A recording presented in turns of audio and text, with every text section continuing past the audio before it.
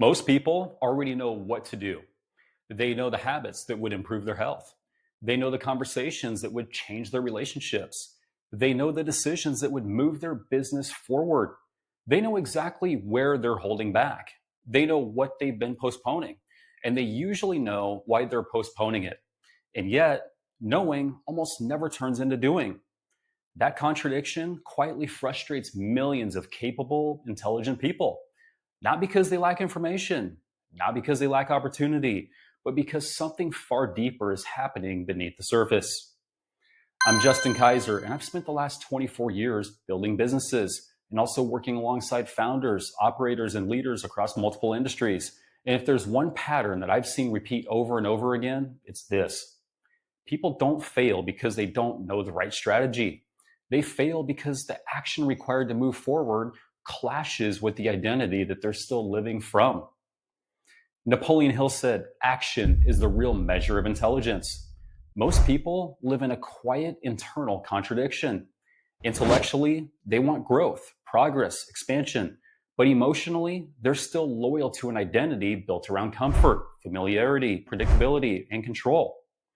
When identity and action collide, identity always wins. That's why people can read books, listen to podcasts, attend seminars, hire mentors, and still stay stuck. On the surface, it looks like procrastination, but in reality, it's self-preservation. Because doing the thing would require becoming someone different, more visible, more decisive, more accountable, more exposed, and exposure threatens the version of self that learned how to stay safe. So the mind does something very clever. It substitutes activity for commitment. Planning feels productive. Research feels responsible. Preparation feels disciplined. Waiting feels wise. All of it creates the emotional comfort of progress without the psychological risk of change. And over time, that pattern hardens. What starts as a delay becomes a habit. What starts as a habit becomes an identity. And what starts as an identity becomes a ceiling. Napoleon Hill, in Think and Grow Rich, wrote extensively about definiteness of purpose. But what most people misunderstand is that definiteness isn't about clarity. It's about commitment. Most people already know what they should do. What they lack is the willingness to commit to an identity before the evidence shows up. They wait to feel ready. They wait to feel confident. They wait to feel certainty. They wait for permission. But readiness is not a prerequisite for action. Readiness is produced by action. Confidence isn't something you discover. It's something you build through repetition. Neville Goddard taught that assumption precedes experience. What you assume to be true quietly dictates which actions feel natural and which ones feel threatening. If you assume change will be hard, you delay it. If you assume success requires struggle, you subconsciously resist ease. If you assume you're not ready yet, you will always find proof that waiting is justified. Assumptions shape behavior. Behavior reinforces identity, and identity perpetuates the cycle. This is why so many people stay busy without making any real progress. Motion feels like movement, but it's often just avoidance in disguise. Activity provides the illusion of forward momentum without forcing a decision, and that illusion is incredibly seductive because it allows you to feel responsible while staying safe. Earl Nightingale warned that drifting is the default state of most people.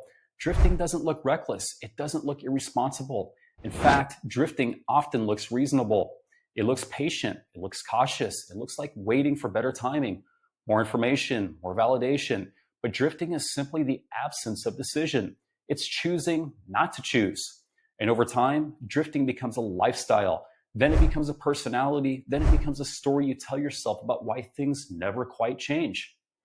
Here's the hard truth that most people resist. You don't rise to the level of what you know. You fall to the level of what you consistently do. Consistency is not built by motivation. Motivation is emotional, temporary, unreliable. Consistency is built by identity, deciding who you are, then acting in alignment with that decision, whether it feels comfortable or not. This is where real transformation actually begins, not when circumstances change, not when fear disappears, but when the internal negotiation ends. When you stop asking, what should I do, and start asking, who am I choosing to be? Because once your identity shifts, action becomes obvious, resistance becomes visible, excuses lose their power, and momentum becomes inevitable. Because meaningful transformation follows the same pattern. First, there's awareness, then there's discomfort, then there's decision. Most people get stuck between awareness and decision. They live there for years, sometimes decades, collecting information, refining plans, waiting for confidence, waiting for permission. But growth only happens after the decision is made. And that decision is not about doing more. It's about becoming different. It's about no longer negotiating with the version of yourself that benefits from staying the same. Because that right there is the moment when knowing finally turns into doing. And that is when real momentum begins.